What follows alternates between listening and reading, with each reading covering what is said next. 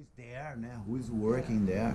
So you said the theater we were playing helped you to reconnect Well, what those happened, yeah, pieces. okay, so I never thought if someone had told me, Louise, you're going to find yourself in a mental health resource doing theater with mental health patients, I said, no, are you kidding? I don't want to go back there. That's how I felt.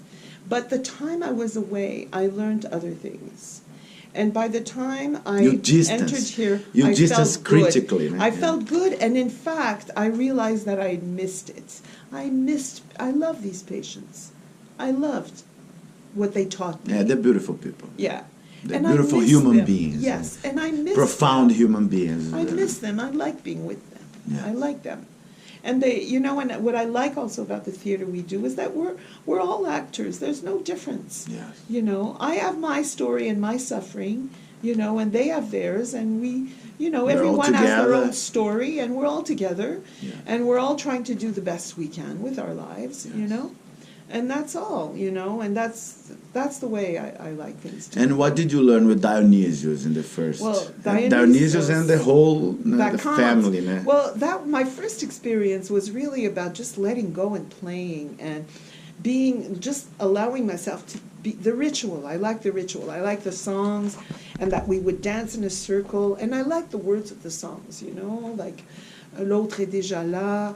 That was beautiful, you know, and so I like the ritual. And then when we started to tell the story. But this moment of letting play, each time more we are seeing how that is the key. Né? That's the whole challenge is that, né? Yeah. To enter into that. And how was that? How did you experience? And how do you still experience, of course, this idea of entering into the dance, né? Entering into the ritual, facing the dance. Let's face the music and dance. Né? How is that? Because we have been following a lot of people here, and many of the people, they have enormous difficulties in that. Yeah. And I would say that perhaps here in Canada, in comparison to Brazil, it's a bit more complicated, this idea of letting loose, né? letting flow. Yes, well, it's partly, it's your sensuality, it's your sexuality. Yes. And I think, you know, we're all repressed to a certain degree sexually. We're all repressed, you know. So, because, you know, it's like when we move as the witches, we're moving our hips and our you know, it's like we're the whole body, sexual, yeah, you know, yes. But you see, for me, I've always had problems with my body. Always. I never felt attractive. I never felt desirable. You know, so I hated my body as a woman, you know, and like many women that I know, you know, we're always dieting and fighting with ourselves, you know. And it's like, where's the pleasure in that, you know? So we don't enjoy our bodies, you know, we don't enjoy our bodies. We're cut off. We're worried about our bodies. And to play got to do with enjoy your body. Yes. So for me, the ritual carries me, and I don't even think about it. But all of a sudden, my body's enjoying itself, and I had nothing to do with it. You know, it just takes me over. It just, the music, the dance, just takes me. It just makes my body feel alive. It just gives me life. So I've noticed I've been here, a year and a half? Yeah. I've been doing this a year and a half, 3 times a week. Yes. And so I've noticed a change in the way I experience my body, in the way I move around in the world, in the way and how I feel about my female body, which is really, for me, the big revelation this year. From Les Bacchantes to the witches in Macbeth, I'm just rediscovering what it means to be a woman, and I'm rediscovering the feminine, and I don't know where it's taking me, you know, but this has become my research. Yes. This has become part of my research. And this idea of sexual repression, repression of the body, repression of the dancing, of the public singing, of the public rituals, all this got to do with this modern culture, this Cartesian, modern Protestant and North Atlantic culture that is very, I heard that we have all the burning from women, and also that the Protestant Reformation from the English colonizations, especially, was extremely violent on this sense of forbidding people to dance, forbidding people to gather in public rituals, and everything became the word and the preaching and the commandments. For French Canadians, it's less. Less. I think French Canadians are a bit more expressive. However, with the Catholic Church and so forth, you had to be careful with your female body, because you could easily be misunderstood. Okay, you could easily be misunderstood. So persecution against family.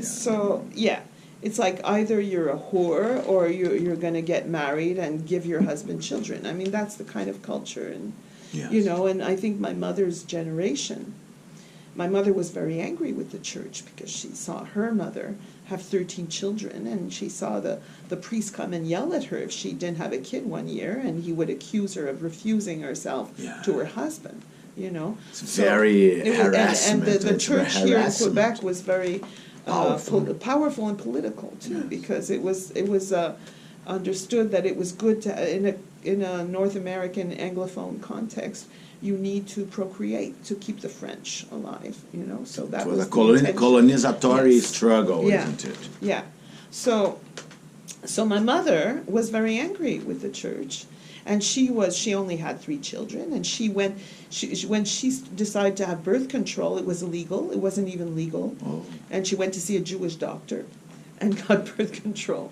But everything was done, So, but she carried an anger that I think she passed on to me, and because her generation was not the time to explode and to, But I think my generation, the 60s, 70s, we just exploded. The feminism just took over. But again, I think that the first step for us was to just take our place, to stop being abused, stop being dependent, to be able to stand on our own 2 feet, to be able to take care of yourself, so you didn't have to depend on a man and be a victim of his needs and wounds and whims, So I think that was the struggle that And you felt it as a masculinization. It is a masculinization. It is a masculinization. Yes, and I think that I remember when I was young, even my sexuality was masculine. Okay, and it was intentionally masculine. Masculine. It's like, well, if men can do that, why can't I?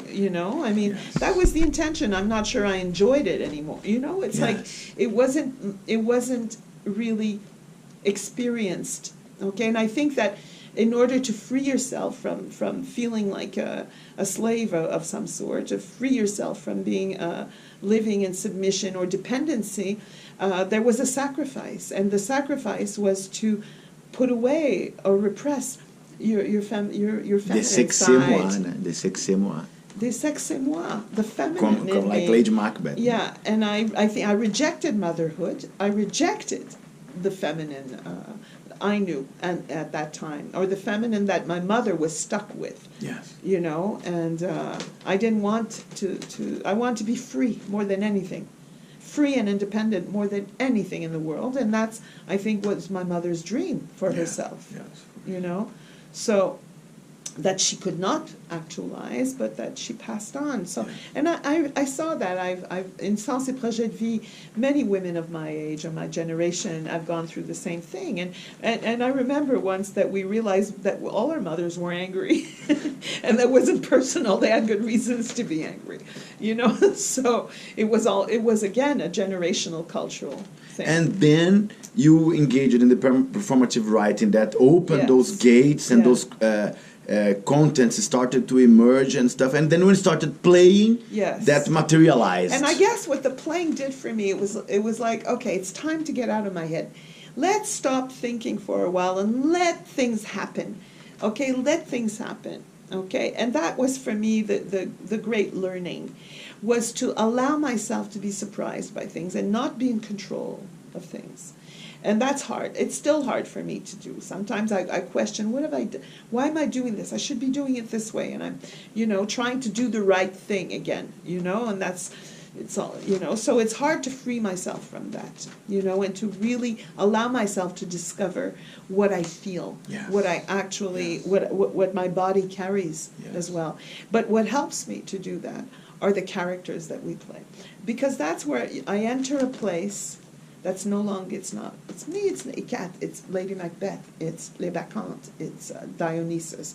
It's because we interchange our roles. Sometimes I played Faust and I played, so when I play these characters, they reveal things to me, okay, in a surprising way. And you have to engage in relationship.